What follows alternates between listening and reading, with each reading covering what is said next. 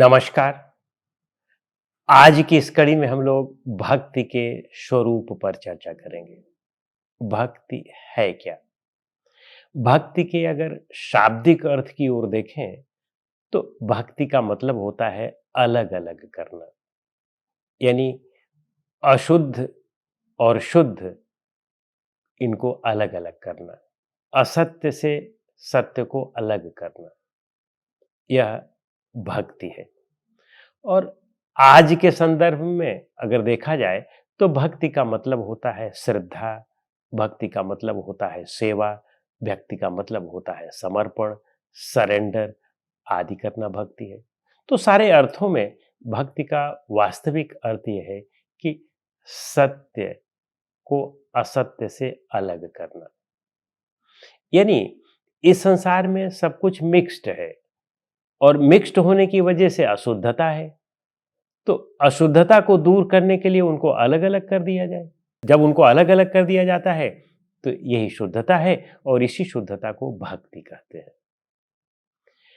और पूज्येष्व अनुरागो भक्ति, पूज्य के प्रति अनुराग, जो बहुत पूज्य लोग हैं उनके प्रति अनुराग जो हम करते हैं, प्रेम करते हैं, यह भी एक भक्ति है। और यह भक्ति भी वास्तविक भक्ति है, यह भी हमें सत्य की ओर ले जाता है। वस्तुतः अगर बहुत गहराई से देखा जाए तो एक अपरा भक्ति है और एक परा भक्ति है। आप यूं कह सकते हैं कि एक सगुण भक्ति है, एक निर्गुण भक्ति है। सगुण की भक्ति क्या है? सगुण भक्ति को अपरा भक्ति कहते हैं। यह पूर्ण भक्ति नहीं है, लेकिन हाँ, पूर्णता की ओर बढ़ने में यह एक कदम जरूर है। हम ये नहीं कह सकते हैं कि इसकी आवश्यकता नहीं है। प्रारंभिक साधना के लिए सगुण भक्ति की आवश्यकता है। जैसे कोई राम की भक्ति करता है, कोई कृष्ण की भक्ति करता है, कोई मोहम्मद की भक्ति करता है, कोई ईशा की भक्ति करता है, कोई जरथुस्त्र की भक्ति करता है, कोई शिव की भक्ति करता है, कोई बुद्ध की भक्ति करता है। तो यह बुराई नहीं है, भक्ति होनी चाहिए।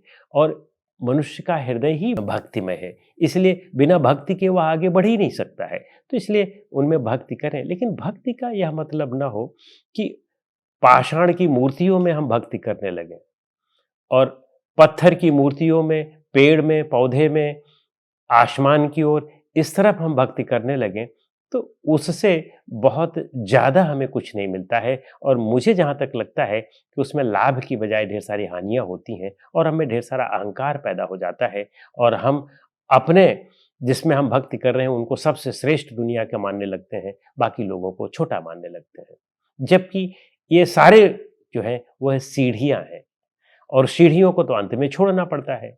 अगर आपको छत तक पहुंचना है तो सीढ़ी की मदद तो लेनी पड़ेगी, लेकिन छत पर जब पहुंच जाएंगे तो बिना सीढ़ी को छोड़े हुए छत पर पहुंच भी नहीं सकते हैं।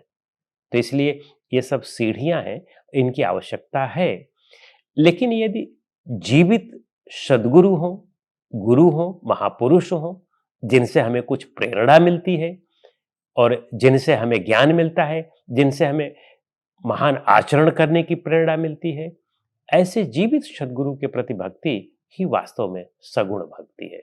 और उनसे एक जीवन का संबल मिलता है, आधार मिलता है और साधना करने का संबल और बल मिलता है और इससे हम अपने साधना में आगे की ओर बढ़ लेते हैं।